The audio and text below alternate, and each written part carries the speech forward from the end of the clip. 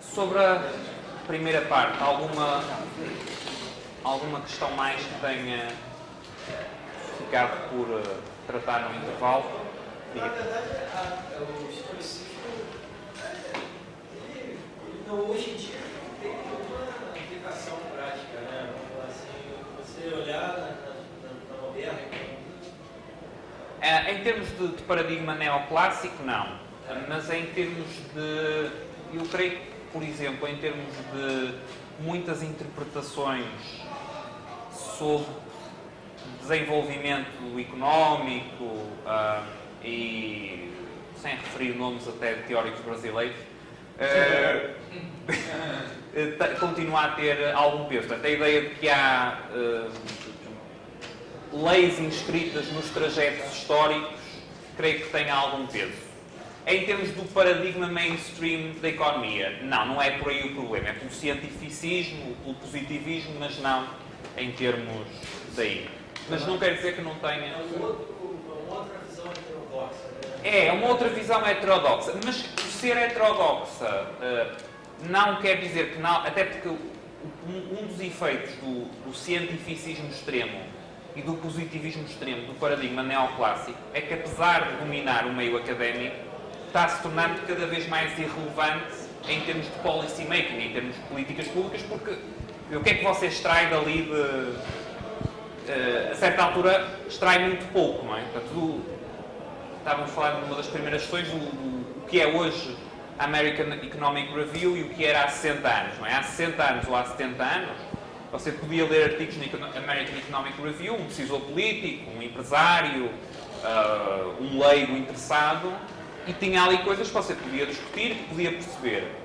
Hoje, praticamente, na esmagadora maioria dos casos, o que está lá é academicamente muito cotado, ou seja, se você for professor, se você for investigador, conta muito publicar, mas em termos práticos, em termos de compreensão da realidade, e eu não quero ser demasiado extremo, mas é em larga medida irrelevante, completamente irrelevante. E acho que uma coisa interessante é que os próprios economistas, digamos, nesse meio e que publicam aí, se os ouvir pronunciando-se quando assumem cargos políticos ou de aconselhamento político, quer dizer, isso tem muito pouca relação com o próprio padrão de investigação em teoria económica. Quer dizer, extrai-se dali muito pouco que seja relevante em termos de políticas públicas e de realidade.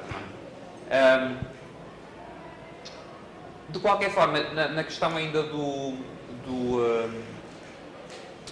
historicismo, o facto de não estar, quer dizer, não ser uma característica hoje do paradigma económico neoclássico mainstream, aí de facto não é, mas também porque esse paradigma tem um peso, a meu ver, tem vindo a diminuir o peso, não em termos académicos, mas em termos de debate público, em termos políticos.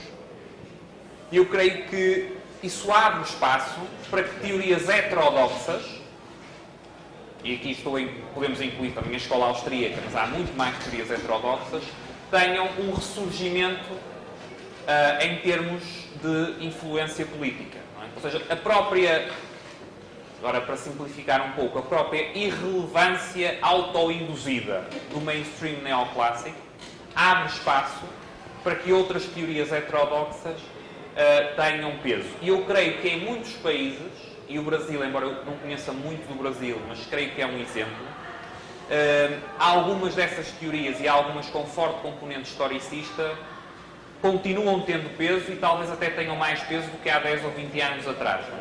Sobre o caminho para o desenvolvimento e várias teorias desenvolvimentistas, etc. Portanto, creio que há por aí um bocado. Nessa deixa que você botou, o marxismo não usa muito do historicismo ainda? Sobrou? Não? Eu creio que tem correntes que sim, e eu creio que o marxismo tem, portanto, o marxismo não misturado com o pós-modernismo, o marxismo, ou correntes marxistas, digamos, não contaminada por pós-modernismo, tem muitas das vantagens, ou pode ter no curto, médio prazo, em termos de influenciar políticas, que, por exemplo, a escola austríaca, não é? Que é ter independentemente de considerar que estão certas ou erradas, de ter uma visão consistente e de ter uma visão explicativa e com aplicação. Portanto, o meu ponto aqui é que, ainda que o mainstream não seja historicista, há correntes heterodoxas com componente historicista que será de esperar, ou será provável que possam ter até continuar a crescer em influência. Precisamente pela esterilidade em termos de aplicação do mainstream. E, portanto, eu não descartaria, eu não desvalorizaria a crítica ao historicismo só por não ser hoje, e concordo que não é, mas só por não ser hoje uma característica do mainstream do pensamento económico. E creio que duas áreas onde você vê muito essa crescente esterilidade, procura de alternativas, é, por um lado, em termos dos mercados financeiros, em termos de investimento, quer dizer, tem muito mais adeptos e seguidores e praticantes de teorias alternativas, incluindo a escola austríaca, mas não só, em termos de mercados financeiros do que na academia, e em termos de decisão política. Isso não, claro, em alguns casos se deverá também que os próprios governantes têm pouca formação económica, mas noutros casos se deve a que as prescrições que podem vir do mainstream são crescentemente, a meu ver, estéreis, são crescentemente pouco utilizáveis. Não é? Não sei se a consciência disso poderá a prazo também ser uma das vias possíveis para o próprio mainstream na economia ter mais abertura a reverter um pouco o caminho positivista e cientificista que desenvolvido e a que chegou. Não é? Pode, talvez seja. Acho que isso aí vai depender muito de quem está na esfera académica, quem está em atividade académica, sentir alguma pressão externa para, digamos, deixar de estar quase trabalhando só em circuito fechado. Mas ainda se digo. Sim. Hoje tem no mercado financeiro, muito aquela análise técnica, ela é basicamente historicista, né? Se você olhar assim. Ela prega que alguns padrões de comportamento e não é. Eu não sou especialista em análise técnica, mas eu diria que tem mais a ver com pressupostos psicológicos do que talvez com a ideia de leis históricas no sentido em que vimos aqui. Portanto, será mais... acho que o que você está pressupondo mais para não utilizar análise técnica são pressupostos sobre o comportamento dos investidores, não é? Portanto, resistências em determinados pontos, tendências que se formam, quando consequências de tendências serem quebradas. Pronto, acho que tem mais a ver com uma interpretação psicológica do comportamento dos investidores, teorias psicológicas, aplicação de teorias psicológicas, do que como padrão, com leis históricas no sentido que vimos. Ok. Ora bem, vamos continuar no âmbito da praxeologia, falando agora um pouco de da relação entre fatos, valores e fins, que é também algo complexa, mas muito relevante para a praxeologia. Ora bem, como vimos já na primeira parte, o objeto da economia, o objeto das ciências sociais, é o estudo, é a análise da ação humana. É a análise das escolhas realizadas pelos indivíduos. Ora, porquê é que os valores são importantes na compreensão da ação humana? Porque as escolhas humanas, a ação humana, é enquadrada por valores. Certo?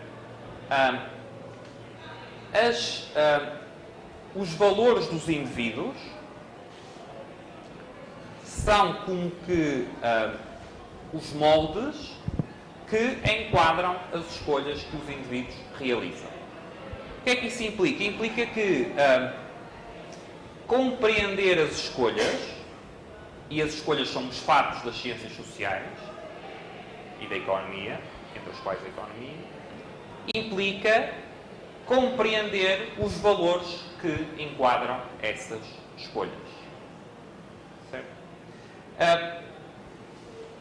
Portanto, os valores são fundamentais para compreender a ação humana, compreender as escolhas humanas e, portanto, para compreender os próprios fatos das ciências sociais e da economia, entre elas também. Ora, o que é que podemos estabelecer como uma relação entre valores e fins? Há pouco eu falei de ordenação de valores e fins. Ora bem, um valor, em sentido ético, vamos concluir também falando a seguir da relação entre ética, psicologia e praxeologia, um valor em sentido ético é algo que o indivíduo tem como orientação da ação, independentemente de fins particulares. Portanto, ele tem vários fins e na prossecução desses fins, as escolhas que faz são enquadradas por valores. Certo? Portanto, eu, para compreender a escolha, tenho que compreender não só os fins que o indivíduo está a tentar atingir, mas também os valores que enquadram ou que não enquadram essa escolha. Okay? Para compreender a escolha que é feita, tem que ver não só o objetivo, não só a finalidade, mas também os valores que enquadram essa escolha. Sendo que, em termos éticos, os valores são aquilo que são os mecanismos, não, os elementos de orientação de comportamento que prevalecem ou que estão presentes independentemente dos fins. Okay? Têm um elemento de permanência, digamos assim, um elemento de permanência maior. Ora bem, implicações desta relação fatos, valores, fins, em termos da análise da ação humana e da análise histórica. Em história, a tal definição e interpretação dos fatos de que falámos na primeira parte, o tal processo de interpretação e definição dos fatos, passa por quê? Passa necessariamente por descrever, compreender e explicar os valores e os fins que estão subjacentes à ação humana. Ou seja, vamos voltar ao exemplo que falei na primeira parte da Revolução Francesa. Eu analisar do ponto de vista histórico o período a que eu chamo Revolução Francesa, uma parte essencial disso é eu descrever, compreender e explicar os fins e os valores que estiveram associados aos comportamentos que eu depois identifico como sendo os mais determinantes no tal processo, na tal realidade histórica a que eu chamo Revolução Francesa. Okay? Mais uma vez, e agora já com esta bagagem praxeológica, os fatos não se descrevem a si próprios. Não há, there is no such thing, não há fatos objetivos em ciências sociais ou em história.